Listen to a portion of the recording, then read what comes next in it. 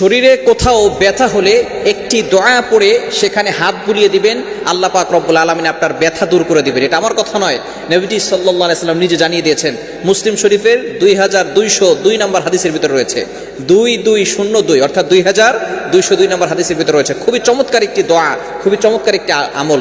এই আমলটি করে আমি নিজেও ফায়দা পেয়েছি এবং অনেককে বলেছি তারাও এই আমলটি করে ফায়দা পেয়েছে। অনেক সময় আমাদের কোমরে ব্যথা হয়, অনেক সময় হাতে ব্যথা হয়, পায়ে ব্যথা হয়, বিভিন্ন সময় মাথায় ব্যথা হয়। তখন আপনি খুবই চমৎকার একটি আমল নবী সাল্লাল্লাহু আলাইহি ওয়াসাল্লাম শিক্ষা দিয়েছেন।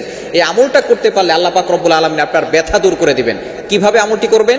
প্রথমে আপনি যেখানে ব্যথা অনুভব করছেন, আপনার হাতে ব্যথা হতে পারে অথবা আপনার পায়ে ব্যথা হতে পারে, যেখানে ব্যথা অনুভব করছেন সেখানে প্রথমে ডান হাতটা রাখবেন।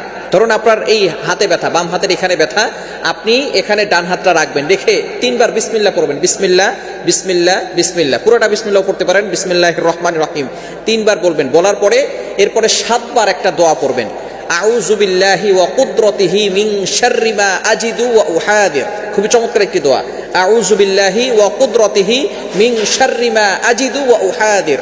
এই দোয়াটা যদি আপনি পড়তে পারেন, 7 বার এই দোয়াটা পড়বেন। প্রথমে সেই যেখানে ব্যথা হচ্ছে সেখানে হাতটা রেখে 3 বার পড়বেন বিসমিল্লাহ বিসমিল্লাহ বিসমিল্লাহ। এরপরে আপনি এই দোয়াটা পড়বেন, আউযু বিল্লাহি ওয়া কুদরতিহি মিন শাররি মা আজিদু ওয়া উহাদির। এটা 7 বার পড়বেন, পরে সেখানে হাতটা বুলিয়ে দিবেন। ইনশাআল্লাহ আল্লাহ পাক রব্বুল আলামিন সকল ব্যথা দূর করে দিবেন।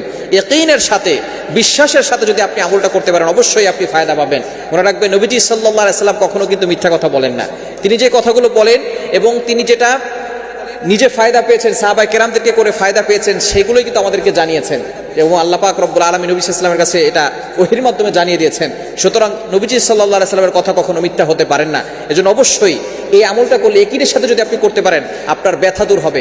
অনেক সময় আমাদের মাথা ব্যথা হয়, হাতে ব্যথা হয়, পায়ে ব্যথা হয়, এই সময় আপনি আমলটা করতে পারেন। মনে রাখবেন, আল্লাহ পাক রব্বুল আলামিন কিন্তু শিফা দিয়েছেন। আল্লাহ পাক রব্বুল আলামিন পবিত্র কোরআনুল কারীমের ভিতরে নিজেই বলে দিয়েছেন, 15 নম্বর পারার 9 নম্বর পৃষ্ঠার 2 নম্বর লাইন, সূরা বনী ইসরাঈলের 82 নম্বর আয়াতে আল্লাহ তাআলা বলছেন, ওয়া নুনাজ্জিলু মিনাল কুরআন মা হুয়া শিফাউন ওয়া রাহমাতুল লিল মুমিনিন। আমি আল্লাহ তাআলা এই কোরআনটা মুমিনদের জন্য রহমত হিসেবে, শিফা হিসেবে নাজিল করে দিয়েছে। বলেন সুবহানাল্লাহ। এই কোরআনটার ভিতরে আল্লাহ পাক রব্বুল আলামিন শিফা দিয়েছেন। আপনি এই দোয়ার আমলটা করবেন, পাশাপাশি আপনি সূরা ফাতিহার আমলটাও করতে পারেন। সূরা ফাতিহা কিন্তু খুবই চমৎকার একটি আমল।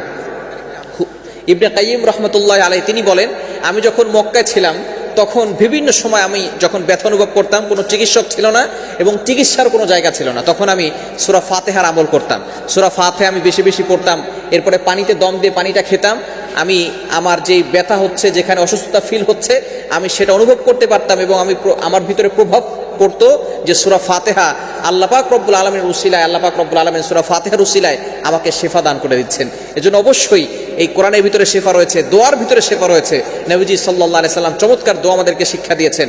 এজন্য যেখানে ব্যথা হবে আপনি আমলটা করতে পারেন, আউযু বিল্লাহি ওয়া কুদরতিহি মিন শাররি মা আজিদু ওয়া উহাদির। প্রথমে 3 বার বিসমিল্লাহ পড়বেন, এরপরে এই দোয়াটা 7 বার পড়ে আপনি আমল করবেন। ইনশাআল্লাহ আল্লাহ পাক রব্বুল আলামিন ব্যথা দূর করে দিবেন। আল্লাহ তাআলা আমাদের সকলকে এই আমল করার তৌফিক দান করে।